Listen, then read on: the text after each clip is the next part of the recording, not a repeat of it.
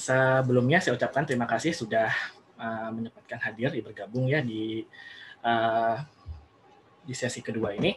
Jadi perkenalkan, nama saya Febrian. Hari ini saya akan mempresentasikan topik mengenai Deep Learning for Medical Image Computation and Analysis. Jadi perkenalan dulu sebelumnya, nama lengkap saya Muhammad Febrian Ahmadi. Saya mendapatkan PhD dari School of Informatics, University of Edinburgh, Scotland, UK. Pada saat itu saya memiliki afiliasi dua tempat ya. Yang pertama di Institute of Perception, Action and Behavior, IPER, dan juga Center for Clinical Brain Sciences atau CCBS, yang mana sebenarnya juga adalah salah satu research institute di dalam neuroimaging science. Supervisor saya, Profesor Taku Komura dan Dr. Maria Valdez Hernandez. Jadi perjalanan saya mulai dari Fakultas Ilmu Komputer di Sarjana Ilmu Komputer pada tahun 2014, di mana pada saat itu juga saya pernah mendapat studi juga ke Graduate School of Engineering Nagoya University selama setahun.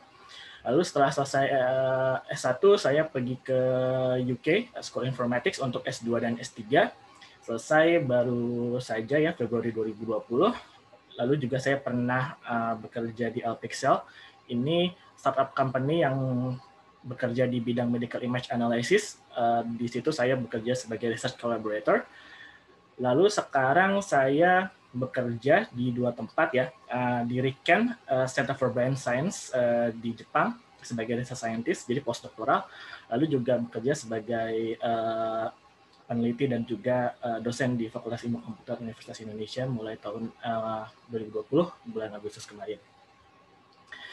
Jadi ini ada 4 buah subtopik yang akan kita bahas ya. Yang pertama kita akan membahas sedikit mengenai introduction to AI dan CV. CV ini adalah computer vision. Lalu kita akan melihat motivasi mengapa kita ingin melakukan deep learning terhadap biomedical image data. Lalu kita akan membahas challenge-nya ya, apa saja challenge-challenge yang dihadapi pada saat kita sedang bekerja menggunakan medical image analysis menggunakan deep learning. Lalu kita akan membahas sedikit mengenai ongoing research yang sedang saya lakukan di RIKEN. Baik, mari kita mulai pembahasan subtopik pertama, yaitu Introduction to AI dan CV. Jadi kita di sini akan membahas pertama-tama apa itu artificial intelligence, lalu kita membahas apa itu machine learning dan mengapa kita ingin melakukan atau menggunakan machine learning. Lalu kita akan membahas apa itu deep learning dan perbedaannya dan apa itu hubungannya dengan AI. Lalu kita akan membahas sedikit mengenai apa itu computer vision. Baik, mari kita mulai pembahasannya dengan membahas apa itu artificial intelligence. Jadi sebenarnya artificial intelligence itu sebenarnya refer ke sebuah machine atau komputer yang sebenarnya dapat memiliki cognitive function seperti manusia. Nah, cognitive function yang ingin dibuat untuk komputer itu sebenarnya lebih ke arah seperti learning dan problem solving ya. Jadi salah satu kelebihan manusia itu di mana manusia itu bisa dengan mudah mempelajari dan melakukan problem solving sesuai dengan apa yang data yang dilihatnya atau perception-nya. Nah, di sini functions seperti learning dan juga problem solving ini bisa dilakukan oleh machine dengan beberapa approach ya. Jadi bisa berdasarkan human knowledge atau expert system, di mana jadi human expert itu memberitahukan rule-rule ya, rule yang telah kita pelajari yang kemudian lalu kita implementasikan di dalam mesin, atau bisa menggunakan statistik dan probabilistik model, dan yang terakhir adalah mengenai data driven models. Jadi data driven models itu di mana kita menggunakan observed data, jadi data-data yang kemudian bisa kita kumpulkan lalu kita masukkan menggunakan machine learning model sehingga mesin tersebut dapat mengetahui atau menyelesaikan problem sesuai dengan data yang dihasilkan. Jadi kalau misalkan kita bahas irisan antara AI, machine learning, dan deep learning, ini adalah irisannya. Jadi AI itu sebenarnya bukan hanya deep learning dan machine learning, tapi AI itu sebenarnya suatu hal yang besar.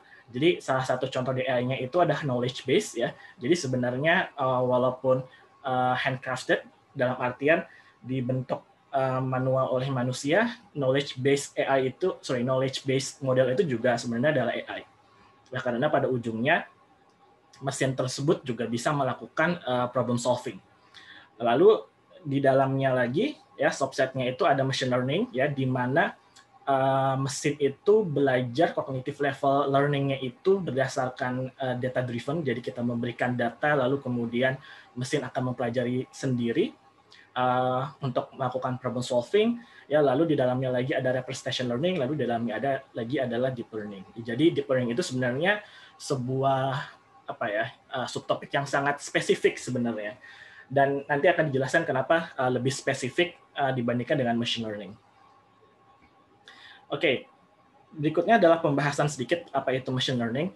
Jadi machine learning itu adalah algoritma ataupun apapun itu yang misalkan yang sebenarnya bisa belajar dari data yang kemudian bisa kita berikan ya. Lalu setelah itu kita juga harus mendefinisikan apa sih learning itu. Jadi a machine or computer is said to learn from experience E if its performance at task T as measured by performance P improve the experience E. Jadi di sini ada 3 buah komponen ya yang harus ada di dalam machine learning, yaitu experience E, lalu task T, dan juga performance measure P. Jadi ketika sebuah komputer itu melihat atau mendapatkan experience E ya untuk melakukan sebuah task ataupun tugas tertentu, maka performanya akan terus menaik selama si program itu mendapatkan experience yang terus-menerus ya. Jadi contohnya tugas T itu bisa berbentuk klasifikasi, segmentasi, ataupun machine translation.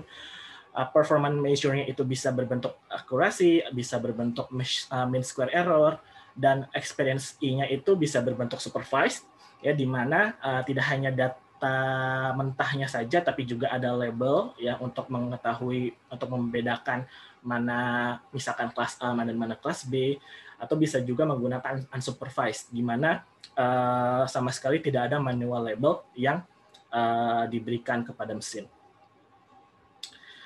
Nah, lalu mengapa kita ingin melakukan atau menggunakan machine learning gitu ya, terutama pada saat ini. Jadi salah satu alasannya adalah karena kemampuan kita untuk memahami data itu sendiri. Jadi kadang-kadang kita manusia sendiri itu terbatas terhadap knowledge dan juga perception sebagai manusia. Jadi kadang-kadang kalau misalkan knowledge base ya, maka kita akan menulis beberapa rules di sini. Nah, kalau misalkan rules-nya itu ternyata tidak bisa keep up with the the complexity, maka modelnya akan fail ya. Jadi akan tidak berfungsi. Nah, oleh sebab itu di machine learning di sini rules-nya itu akan dicoba diekstrak sendiri dari data-data yang sudah kita kumpulkan sesuai dengan tugas yang kita inginkan. Jadi misalkan contohnya data mining. Jadi kalau misalkan ada yang sedang bermain di data mining, jadi data mining itu juga sebenarnya adalah applying machine learning technique ya to dig data into large amount of data. Jadi sebenarnya data mining itu adalah menggunakan machine learning untuk melihat sebenarnya apa sih fitur yang kemudian muncul di data-data yang bisa kita lihat atau observe data.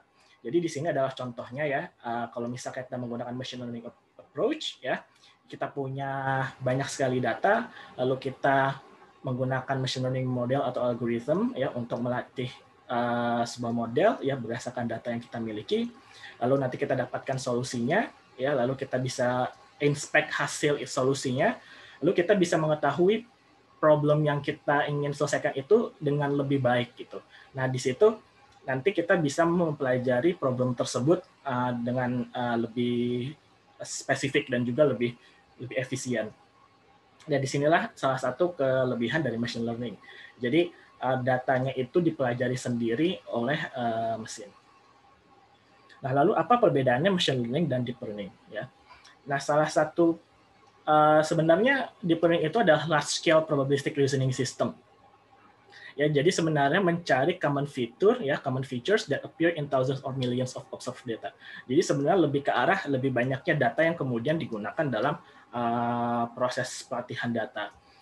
Nah, tapi tidak hanya itu saja, ada beberapa poin yang membedakan antara machine learning juga deep learning. Salah satu contohnya adalah receptive field, yaitu di mana kita hanya fokus terhadap small and meaningful area. Jadi kita tidak melihat, jadi kita hanya fokus saja ya ke hal-hal yang kecil tapi bisa membantu kita menyelesaikan problem tersebut.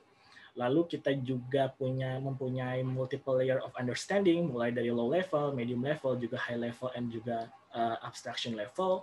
Lalu juga kita bisa mengekstraksi apa yang disebut dengan dense representation of data, di mana representation-nya itu akan diubah, yang tadinya representation itu dari representasi manusia ke representasi komputer. Nah, 3 hal ini tidak dimiliki oleh machine learning.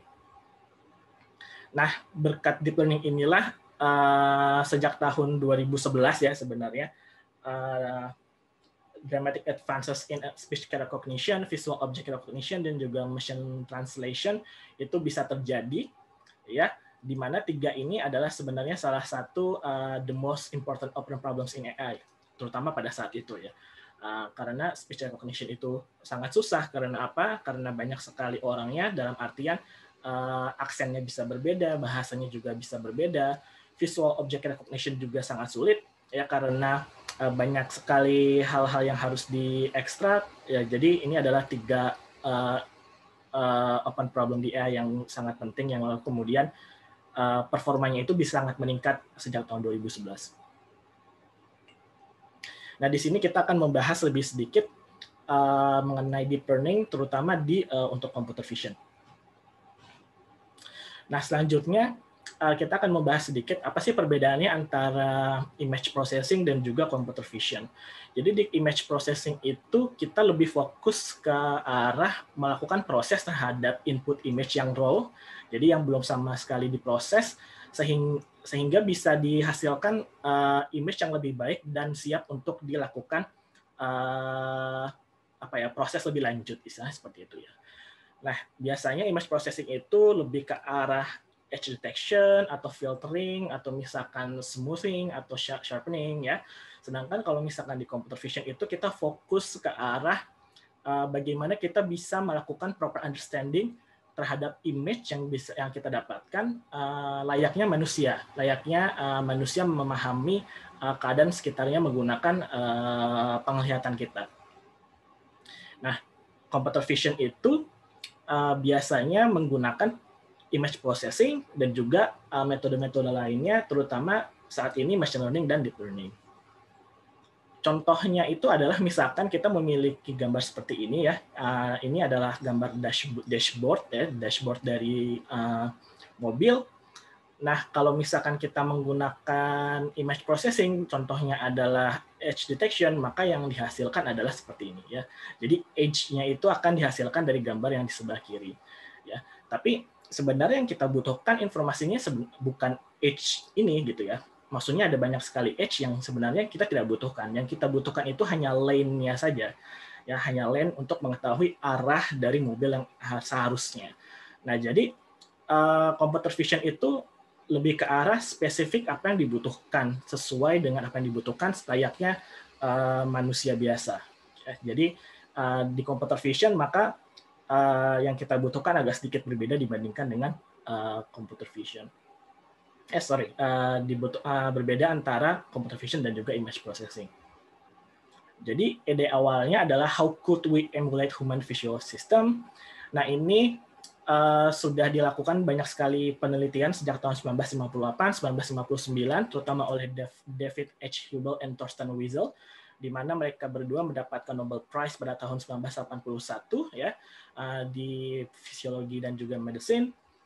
In short ya, secara gampangnya manusia itu memiliki multiple layers understanding or perception, di mana manusia itu memiliki low level, medium level, high level, dan juga abstraction level. Lalu juga manusia memiliki raster field ya, jadi hanya fokus terhadap small dan meaningful area.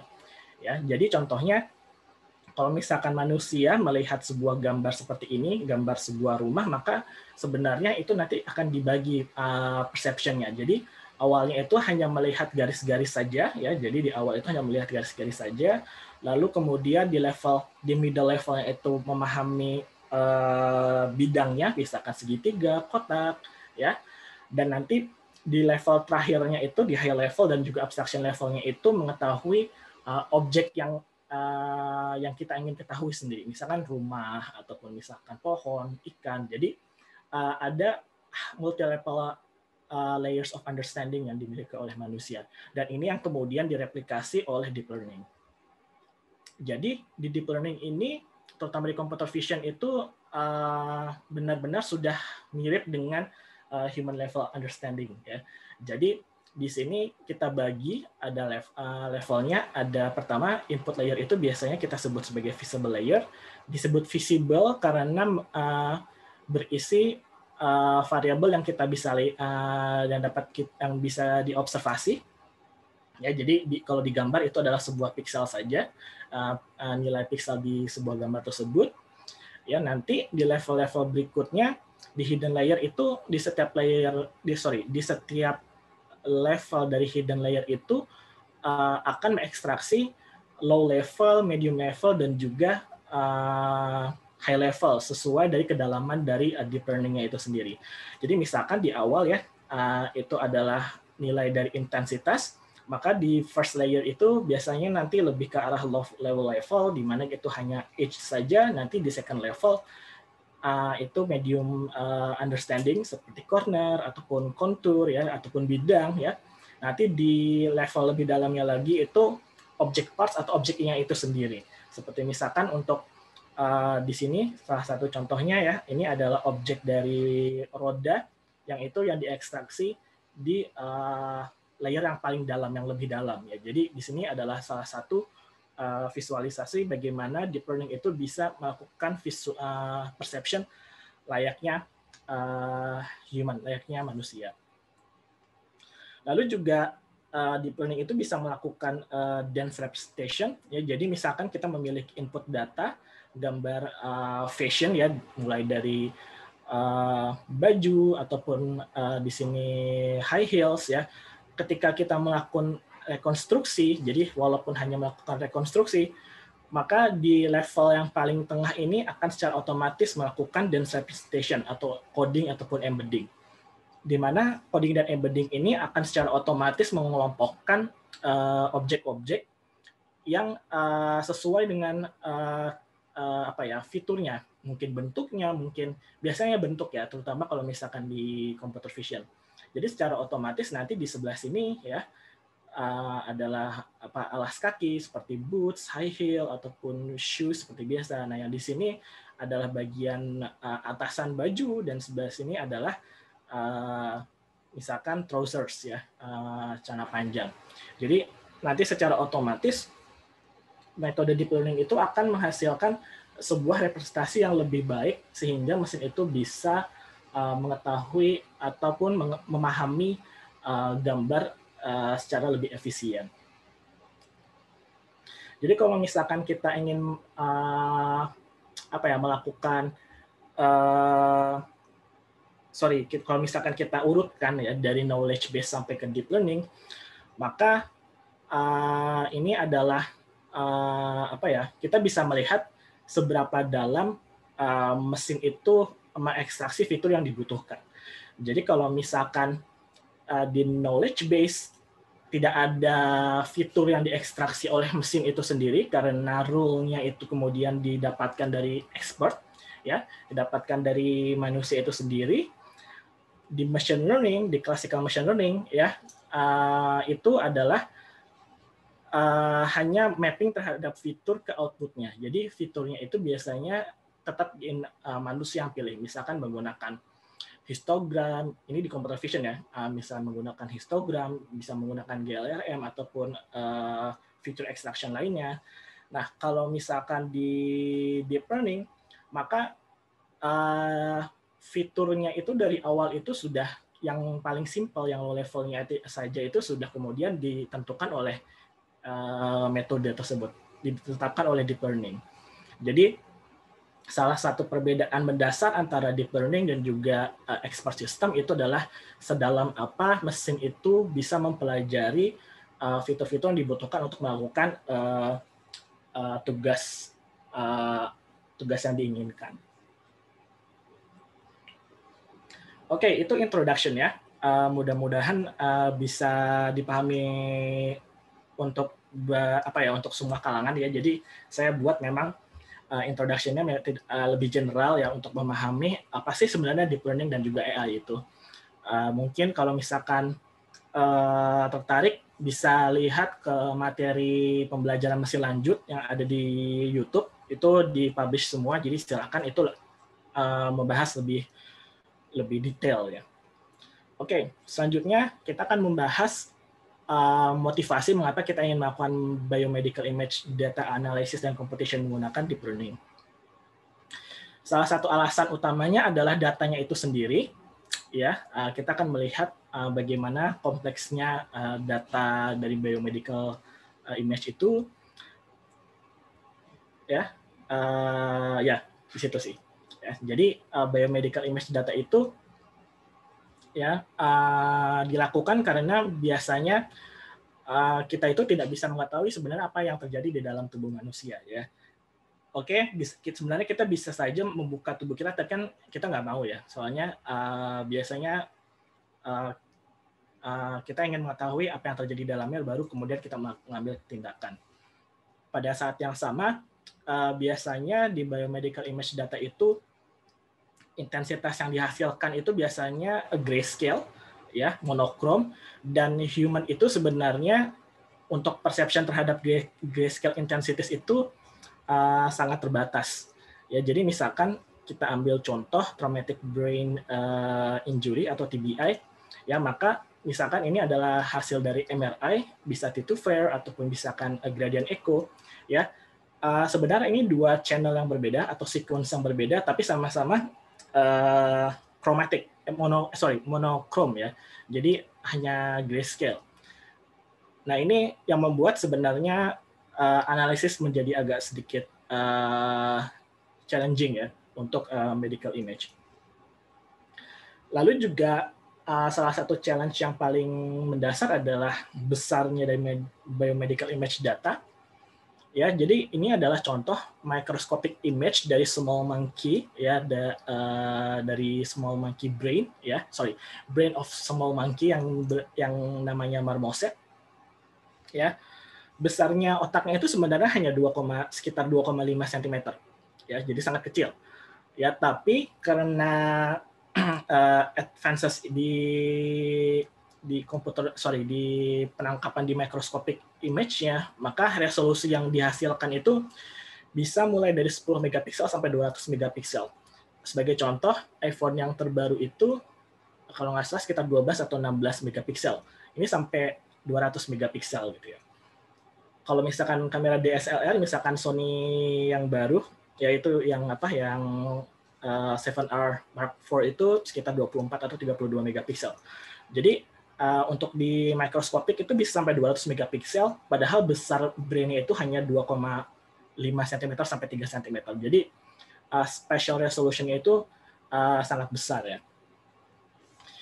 Nah, lalu juga brain itu atau otak itu juga 3D object ya. Jadi ini hanya satu section aja, hanya satu slice untuk setiap subjek.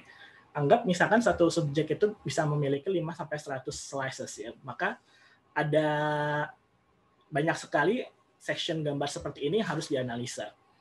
Jadi pertanyaannya, how could we effectively analyze these images? Ya, jadi dengan adanya AI dan juga deep learning sekarang, kita bisa melakukan analisa yang sebenarnya lebih efisien gitu. Nah, ini bagaimana kita bisa melakukan membentuk computational system untuk medical image analysis yang efektif gitu ya. Sebenarnya secara umum manusia itu kalau misalkan kemudian dilatih untuk sebuah tugas ya, apalagi membedakan mana bagian yang abnormal dan normal dari sebuah gambar di medical image, itu sebenarnya lumayan gampang gitu ya. Tapi kesulitannya adalah quantizing ya. Jadi contoh berapa besar damage atau secara volume dari image ini gitu ya. Kalau untuk ini apa ya, sangat sulit dilakukan karena kita harus melakukan labeling terhadap seluruh pixel di bagian abnormal gitu ya. Maksudnya kalau misalkan secara visual kita bisa tahu ini otak di sini dan di sini, dan di sini juga ada beberapa damage area ya, seperti yang putih di sini, lalu juga di hitam di sini. Tapi seberapa besarnya itu kemudian menjadi kesulitan dan challenge-nya. Maka disinilah masuknya mesin dan juga komputer untuk melakukan quantizing yang lebih cepat dan efektif untuk tugas-tugas yang lebih spesifik gitu ya. Idenya gampang. Jadi sebenarnya untuk di medical image itu tetap ya, idenya adalah biarkan mesin dan juga komputer yang melakukan hard work for us gitu. Seperti untuk melabeli ini gitu ya. Lalu juga ini juga salah satu motivasi juga adalah makin banyak yang medical image data yang didapatkan ya, dan ini juga salah satu alasan mengapa pentingnya kita melakukan digitalization of medical image data ya, dan juga menyimpan medical image data itu di sebuah sebuah sistem yang aman dan juga sistemik dalam artian database ya. Jadi data-data yang dikumpulkan secara bertahun-tahun itu kemudian bisa kita gunakan untuk mengembangkan sistem yang melakukan hard work untuk kita gitu ya, seperti quantizing-nya itu. Nah, kita tadi sudah melihat motivasi, sekarang kita akan melihat challenge-nya. Challenge-nya lagi adalah datanya itu sendiri. Jadi kita akan melihat terutama di data scarcity dan juga data shifting. Ya, lalu juga ada yang di medical data itu ada yang disebut causality. Ya, ini adalah challenge-nya. Lalu challenge yang kedua adalah yang akan kita bahas sedikit adalah bagaimana kita bisa mengembangkan AI yang kemudian bisa dipakai di klinis ya. Jadi maksudnya tidak hanya maksudnya bisa dipakai secara langsung oleh user, dalam hal ini adalah dokter. Ya, jadi mengembangkan clinical successful AI itu sebenarnya masih menjadi masih kemudian dikembangkan sampai saat ini gitu, karena rata-rata metode yang dikembangkan itu mayoritas sebenarnya tidak dipakai di klinis gitu ya. Lalu juga kita akan melihat uncertainty di medical image analysis. Oke, sebentar, saya minum sebentar ya.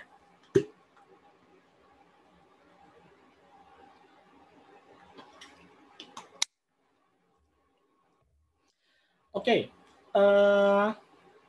kita akan masuk pertama di data scarcity dan data shifting. Jadi kalau misalkan kita lihat di natural image, di natural computer vision, itu paling tidak membutuhkan berjuta-juta gambar untuk deep learning methods mempunyai performa yang sama ataupun melebihi apa yang dimiliki oleh manusia. Sedangkan untuk medical image analysis itu kita memiliki data yang lebih sedikit karena biasanya medical data itu didapatkan hanya orang-orang yang yang tertimpa musibah penyakit gitu. Jadi biasanya kan orang yang datang ke rumah sakit itu adalah orang yang memiliki penyakit di dalam tubuhnya. Jadi sebenarnya data yang bisa didapatkan dari manusia itu juga sebenarnya terbatas gitu ya. Lalu juga ada problem yang dikatakan shifting problem ya. Jadi di sini data yang di-collect itu bisa saja sebenarnya berbeda dari data populasi yang ada di dalam misalkan di sebuah negara gitu ya. Jadi misalkan di sini contohnya adalah data shifting, ada population shift juga annotation shift ya. Misalkan di annotation shift ya, misalkan data yang dikoleksikan itu yang dimiliki itu misalkan predominantly male ya, atau misalkan umurnya gitu ya. Misalkan ada penyakit A lebih sering mendapatkan pasiennya adalah orang-orang yang sudah tua gitu ya. Nah, maka kalau misalkan kita gunakan data tersebut untuk mengembangkan deep learning methods ya, maka kemungkinan besar model tersebut tidak bisa digunakan untuk pasien yang lebih muda ya, karena datanya populasinya berbeda gitu ya. Jadi di sini salah satu contoh dari data shifting ya, atau bisa kan juga annotation shift ya.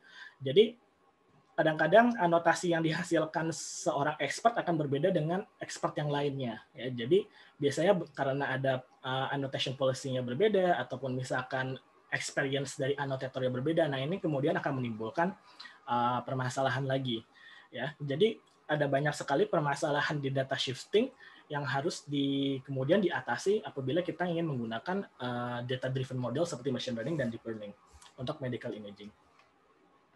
Lalu juga ada challenge lain yang bernama causality. Ya, jadi causality itu sebenarnya adalah melihat hubungan antara image data X ya dan juga anotasi labelnya. Jadi contohnya ada dua causal relationship ya. Yang pertama itu adalah hubungan dari jadi image data X itu akan menghasilkan anotasi label Y ya. Jadi contohnya di sini adalah brain tumor ya. Dan ini adalah anotasi dari brain tumor itu yang dihasilkan oleh seorang expert. Nah, anotasi ini kan dihasilkan dengan melihat dari image data itu sendiri ya. Jadi ini adalah causal relationship. Nah, pada saat prediksi kita juga akan melakukan causal relationship.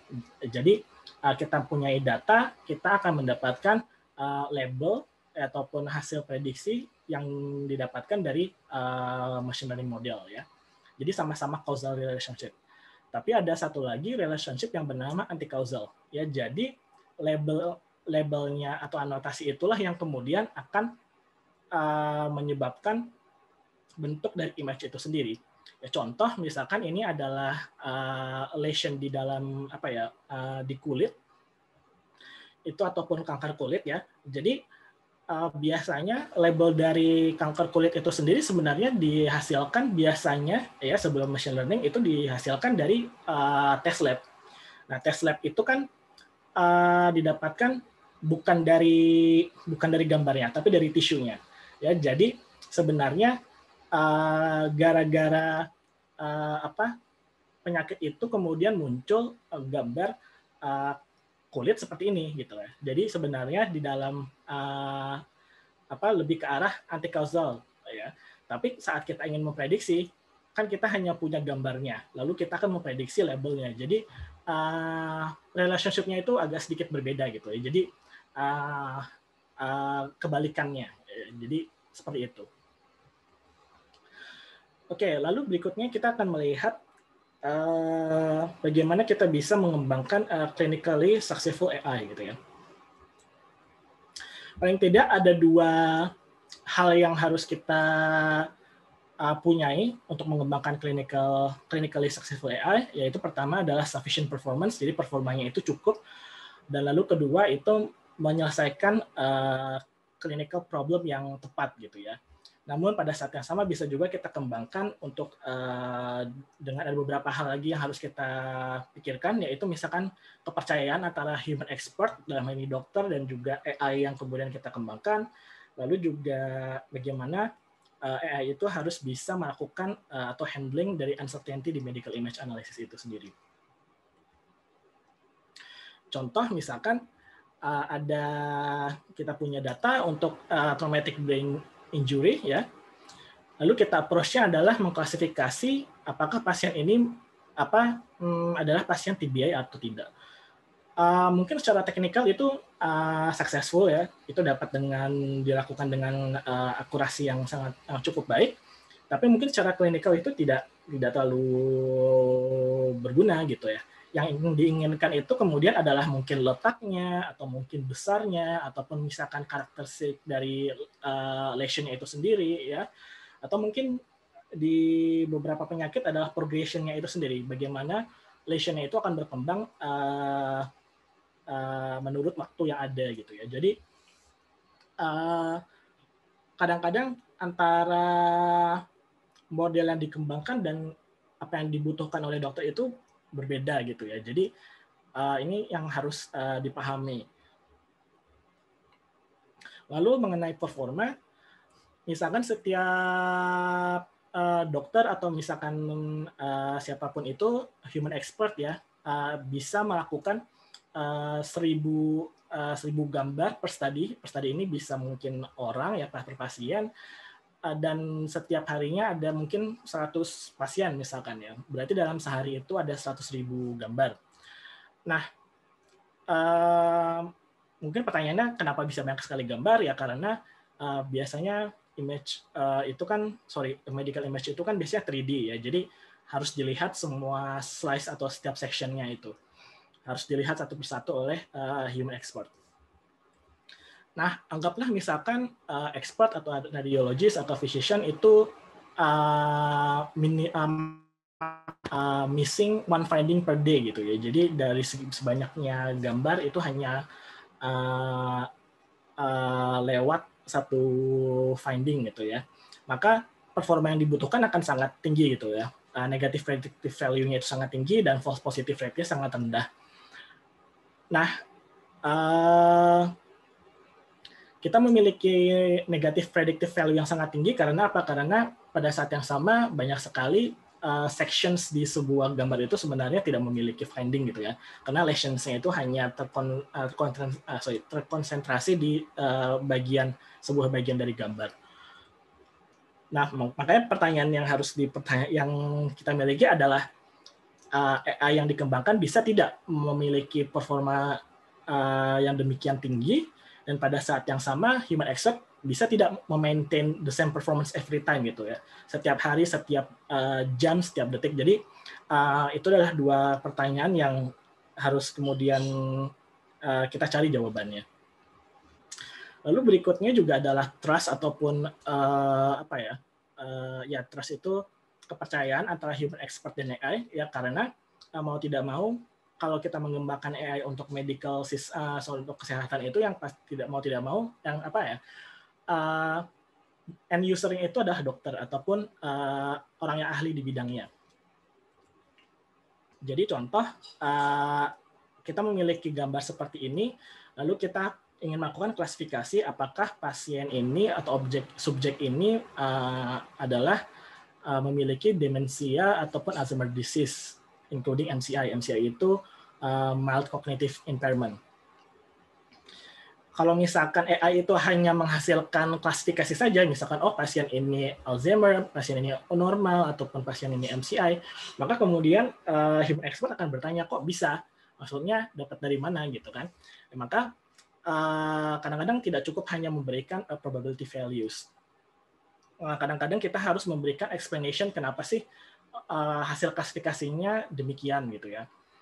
Dan inilah makanya rata-rata kita harus juga mengembangkan tidak hanya hasil yang diinginkan, tapi juga intermediate matrix-nya. Jadi misalkan untuk demensia atau Alzheimer disease itu akan kita membutuhkan volume dari white matter hyperintensity seperti yang di putih-putih ini ya, ataupun adanya brain atrophy dan matrix lainnya. Kira-kira seperti itu. Ya, dan ini penting karena pada akhirnya the user will be the human expert itself ya, jadi dokter ataupun radiologis.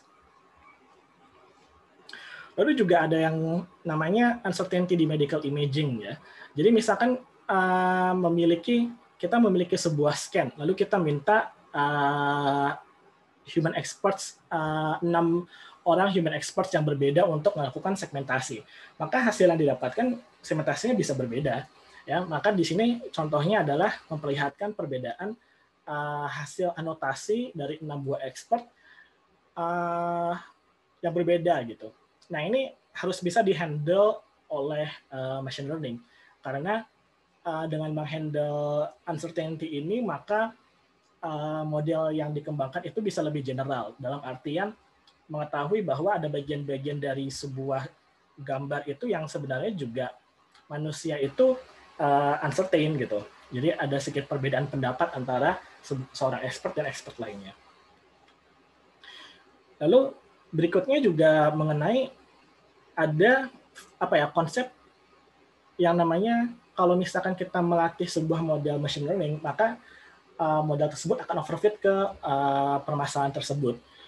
Misalkan kita memiliki sebuah AI system untuk mendeteksi ataupun melakukan klasifikasi apakah seorang pasien ataupun gambar ini, gambar X-ray ataupun CT scan itu adalah terdapat pneumonia atau tidak gitu ya.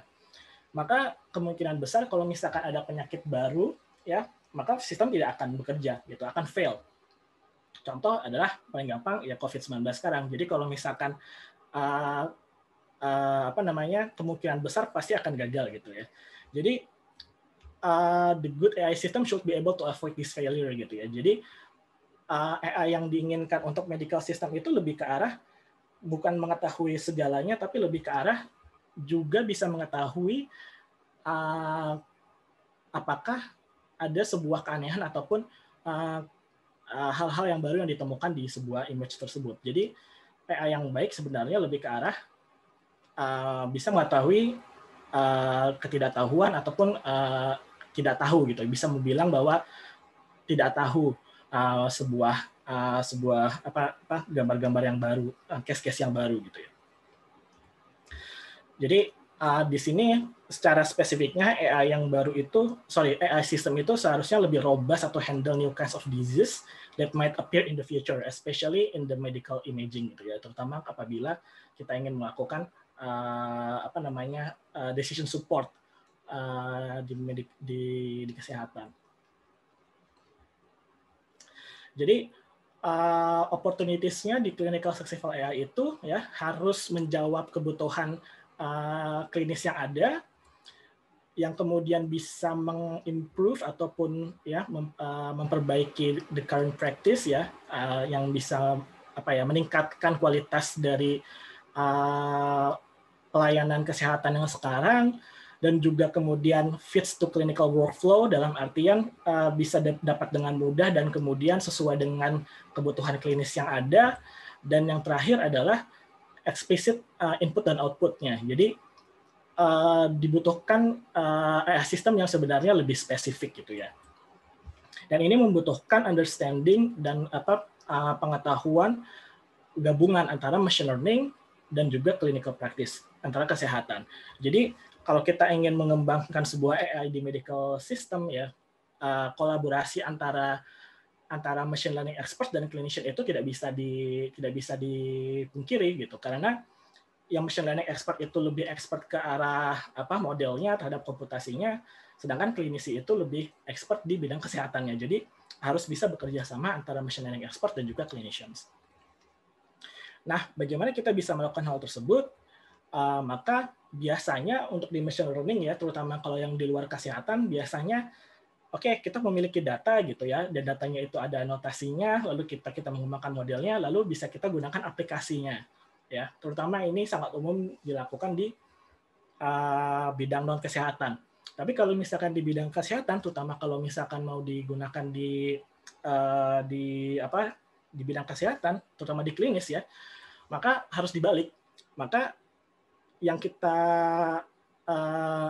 cover itu kita lihat kebutuhan aplikasi klinisnya itu apa ya, kebutuhan aplikasi klinisnya apa dulu kita tentukan, lalu kita bentuk modelnya, lalu kita kumpulkan anotasi yang diperlukan, lalu kita datanya apa yang diperlukan.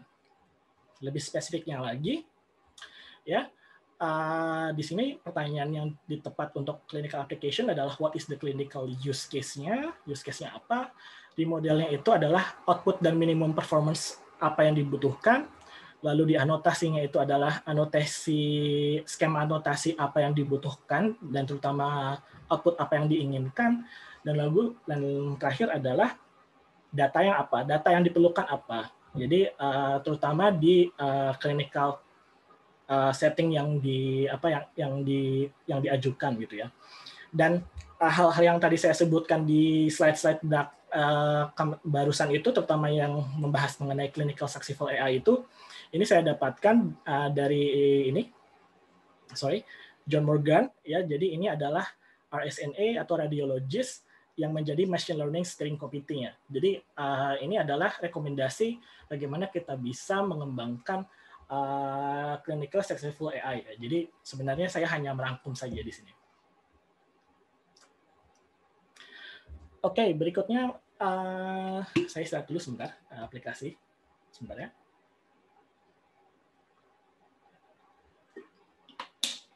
Ya. Jadi jam 12 ya. Jadi jam 10. Jadi mungkin agak sedikit singkat-singkat saja. Jadi di sini mulai subtopik ini saya akan membahas mengenai ongoing research apa yang sedang saya lakukan. Jadi saya ada dua ongoing research. Yang pertama untuk deteksi, ya. Yang kedua adalah untuk ini bukan clinical successful AI, ini untuk prediction, ya. Jadi yang pertama ini mungkin kesanjut aja, ya. Ini dia. Yang pertama untuk detection, yang kedua untuk prediction of the future. Yang pertama itu adalah untuk retrograde cell bodies detection and retrograde tracer signal segmentation in marmoset brain imaging. Lalu yang kedua kita ingin mengetahui progression dari white matter hyperintensities yang diasosiasikan terhadap penyakit demensi dan juga Alzheimer disease. Oke, masuk ke yang pertama mengenai retrograde cell bodies detection dan retrograde tracer signal segmentation. Ini adalah project dari Brain Minds Project di RIKEN. Jadi gambar-gambar yang disediakan itu didapatkan dari Akiwa Takabe, dari Yamamori Lab, dan juga disupervise oleh supervisor saya, Hendrik Skibe, di Brain Image Analysis Unit Leader. Jadi motivasinya adalah kita ingin mengetahui arsitektur ataupun bentuk morfologi ataupun koneksi dari marmoset brain, ya. Jadi kita ingin mengetahui directional flow information between different parts of the brain. Nah, bagaimana caranya? Caranya adalah melakukan injeksi beberapa agen, ya, misalkan fluorescent virus ke dalam otak, dan lalu kemudian kita melihat responnya. Jadi ada dua respon. Yang pertama adalah anterograde dan juga retrograde tracing. Jadi untuk di anterograde tracing, misalkan kita lakukan injeksi, maka neuron, ya, atau sel neuronnya itu akan melakukan tracing mulai dari sel body ke sinapsnya, jadi terminal aksonnya. Ya, jadi kita bisa melihat directional flow dari injection site ke bagian brain lainnya. Ya, jadi nanti akan terlihat alurnya gitu ya. Sedangkan untuk retrograde, ya, maka trace-nya itu mulai dari terminal dari ujung aksonnya ke sel body. Jadi misalkan ini retrograde, ya, kita lakukan injeksi, maka yang akan terlihat adalah sel bodies di sini yang terhubung secara tidak langsung melalui terminal axons di daerah injection site-nya. Jadi ini adalah contoh, ya, gambar dari tracer image. Jadi di sini bisa kita lihat injection site-nya. Yang hijau ini adalah anterograde tracer, sedangkan yang merah kecil ini adalah zoom in dari bagian gambar ini adalah retrograde cell bodies. Ya, jadi bisa dilihat sangat kecil gitu ya. Karena kalau misalkan yang hijau mungkin agak lebih mudah, ya, karena bisa ada di mana-mana dan juga lumayan cukup besar. Sedangkan untuk yang retrograde cell bodies itu hanya kecil-kecil titik-titik di banyak sekali bagian otak. Challenge-nya adalah cell body itu sangat kecil dan juga sparsely located, ya, bisa dilihat sangat kecil, ya. Jadi di ini titik anotasinya hanya 2x2 piksel, ya, dan pada saat yang sama kadang-kadang ambigu. Jadi contohnya kalau yang di kecil sebelah sini, ya, ada warna, mungkin bisa dilihat titiknya itu ada warna biru yang sebenarnya itu adalah manual labelnya, dan tapi ada juga bagian merah-merah yang tidak, ya, yang bukan cell body, ya, yang sebenarnya yang menurut expert itu bukan, ya. Jadi walaupun mirip tapi bukan, jadi lebih ke arah ambigu gitu, ya. Nah, yang ini lebih ambigu lagi kalau misalkan green channel-nya itu tidak terlalu terlihat, ya. Jadi bisa dilihat green channel-nya tidak ada yang antara grade tracer-nya. Nah, ini akan semakin sulit dideteksi. Nah, lalu ini adalah distribusi dari cell bodies tergantung dari letak injection site-nya.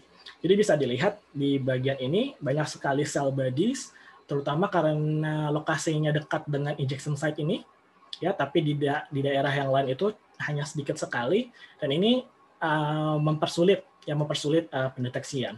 Tapi ada juga, ya, data yang kita miliki yang jumlah cell body-nya itu, cell bodies-nya itu tidak terlalu berbeda jauh gitu, ya, di sini. Nah, maka yang kita lakukan sebenarnya cukup simpel, ya. Kita memiliki asosiasi data, image yang original, inputnya, dan juga target cell body yang kita miliki. Lalu kita masukkan ke sebuah arsitektur deep learning. Di sini kita contoh masukkan U-Net. Di sini kita juga menggunakan kita melihat beberapa contoh loss function yang kita ingin ketahui sebenarnya loss function mana yang paling cocok digunakan gitu, ya. Nah, ini adalah hasilnya. Sebentar. Oke, ini adalah contoh hasilnya. Ya, di sini bisa kita lihat hasil dari pendeteksiannya. Yang hijau ini adalah corrected detected cell bodies, ya, dapat dengan berhasil ditemukan. Tapi yang merah ini false detection. Jadi oleh expert itu tidak dianotasi sebagai cell bodies, tapi kemudian bisa dilihat, ya, intensitas itu sebenarnya sangat mirip, tapi tidak dianotasi. Dan pada saat yang sama bisa kita lihat seberapa kecil cell bodies yang ada gitu, ya. Lalu contoh berikutnya adalah misdetection. Jadi bisa kita lihat banyak sekali cell bodies di sini, ya. Ini adalah original input image-nya. Ini adalah yang biru-biru ini yang bisa dilihat di tengah cell bodies itu sebenarnya lebih ke arah cell bodies yang dianotasi secara manual, ya, oleh expert. Lalu ini ada misdetection. Jadi ada beberapa cell body yang kemudian tidak berhasil dideteksi secara otomatis.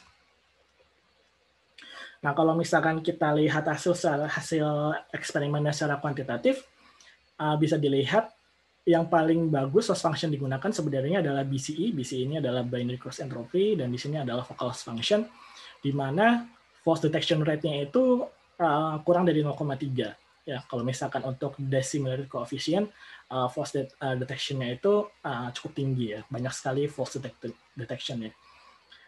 Untuk FNR itu adalah false negative rate, dan juga FDR itu adalah false discovery rate, ya. Nah, ini adalah perbedaan antara banyaknya detected cell bodies dengan manually annotated cell bodies.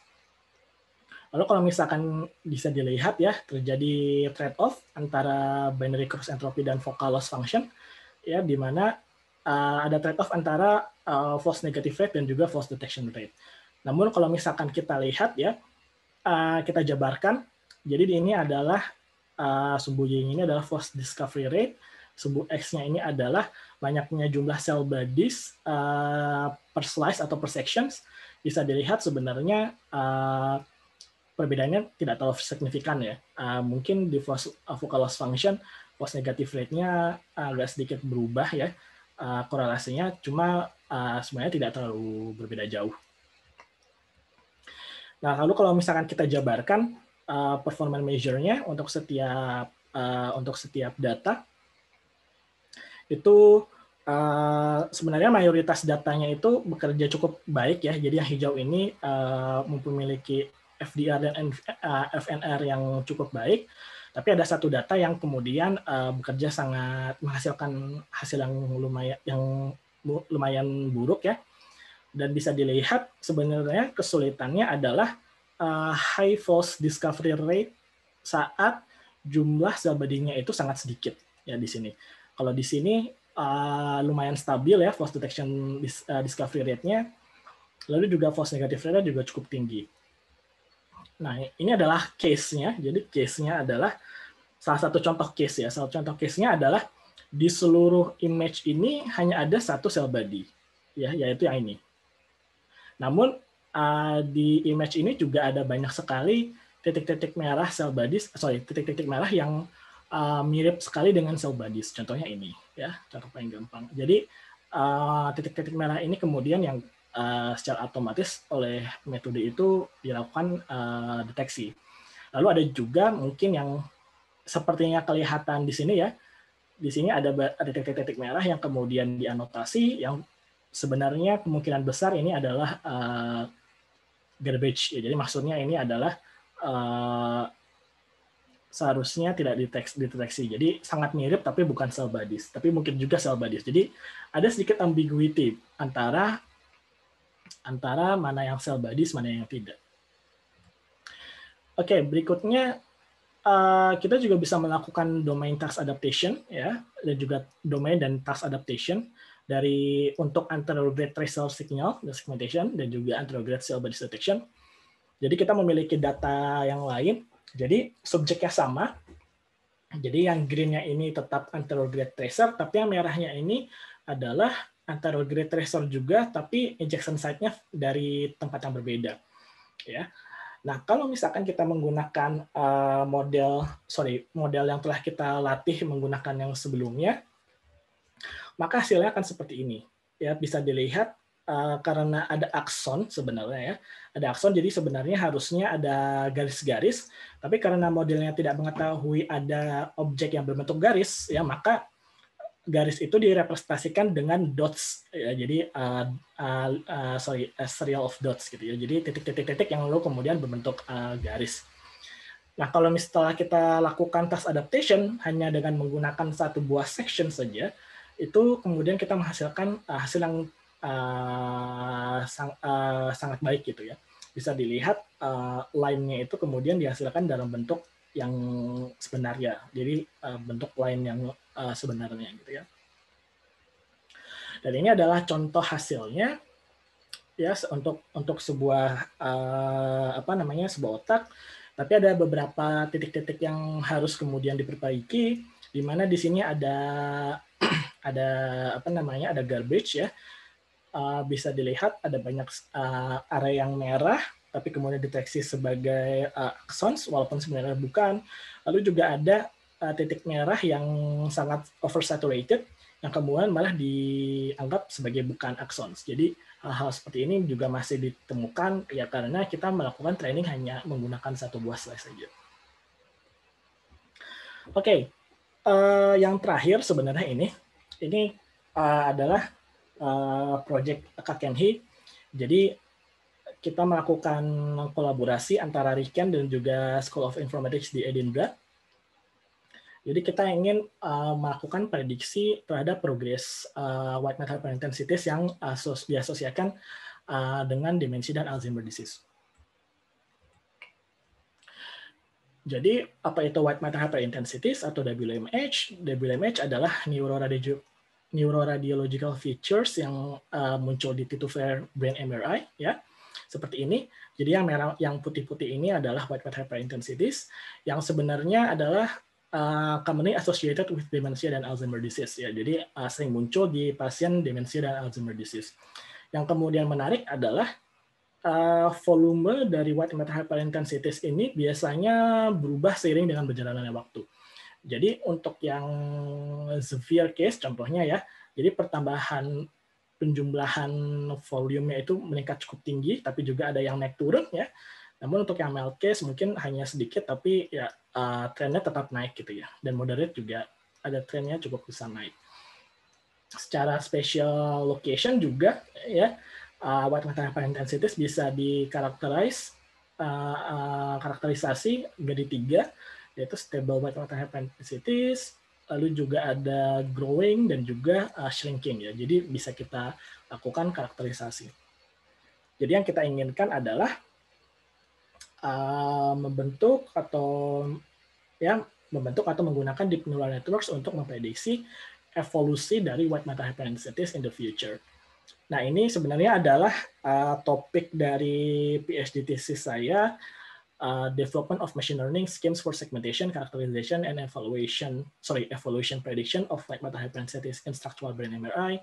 Yang tertarik silahkan dibaca. Ini open access, bisa dicari di Google Scholar. Ya. Signifikansinya terhadap scientificnya adalah inginnya kita project ini akan membantu physician ya ataupun human expert untuk kedepannya ya untuk melakukan desain terhadap patient specific therapeutic interventions ya. Jadi kalau misalkan kita mengetahui pasien mana yang kemudian akan memiliki volume white matter hyperintensitas yang besar, maka mungkin intervensi dari obatnya itu bisa berbeda ya. Jadi seperti itu. Jadi dengan mengetahui apa yang akan terjadi, maka intervensinya akan lebih spesifik terhadap setiap pasiennya. Lalu pada saat yang sama, there is no way for physician to predict the evolution of white matter hyperintensities, dan juga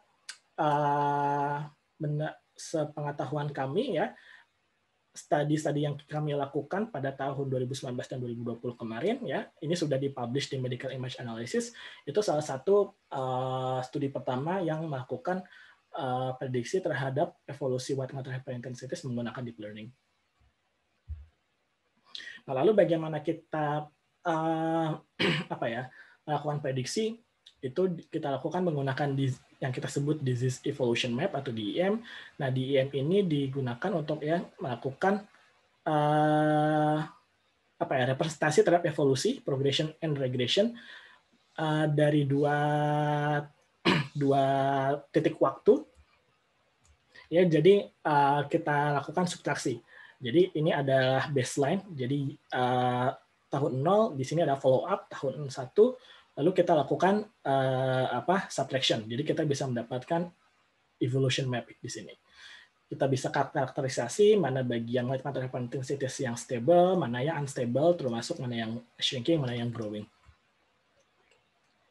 Nah, model yang dipropose adalah ya yang kita inginkan adalah terutama di case di clinical case-nya adalah ada first assessment ya, kita memiliki image information dari brain MRI, lalu kita masukkan ke deep neural networks, akan menghasilkan DEM atau disease evolution map.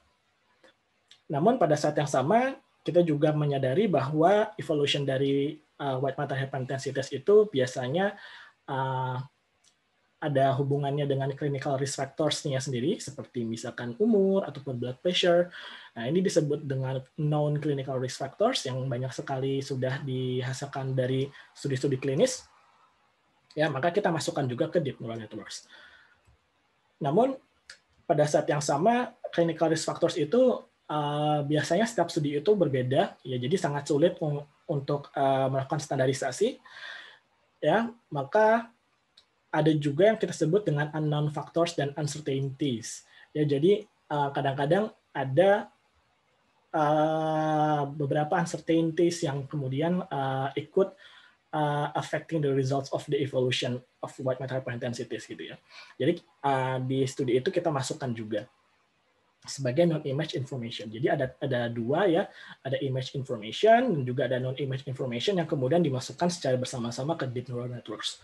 Hasilnya adalah menunjukkan bahwa unknown factors dan uncertainties ini kemudian ada influence-nya. Jadi ya, affecting the prediction of white matter hyperintensities evolution.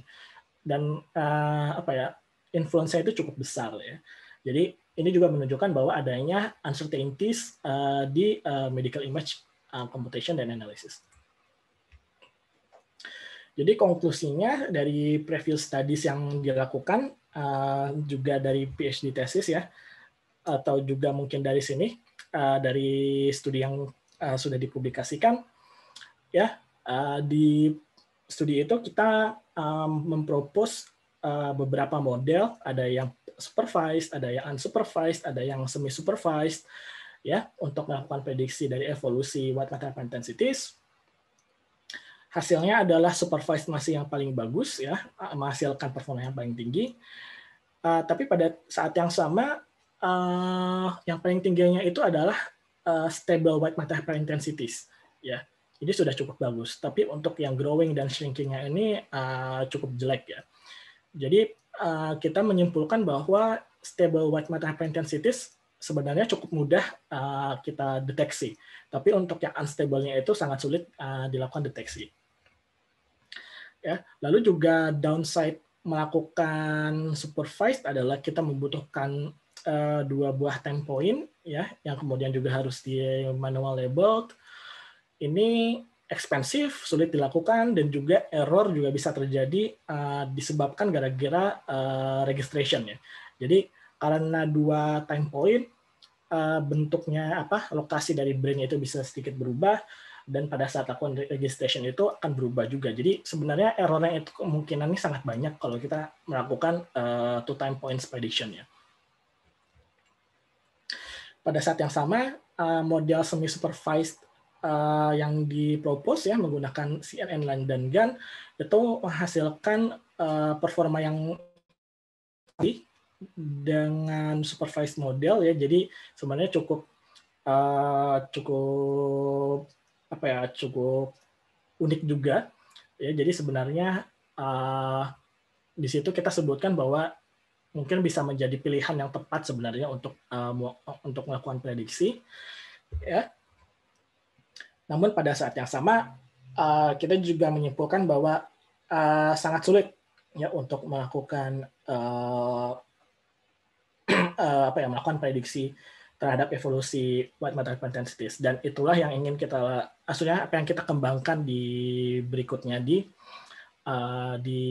ongoing research ini, yang kolaborasi antara Riken dan juga Edinburgh. Oke, itu aja materi dari saya, cukup panjang. Mohon maaf kalau misalkan terlalu cepat ataupun hal lainnya. Mungkin lebih baik kita diskusikan saja. Terima kasih.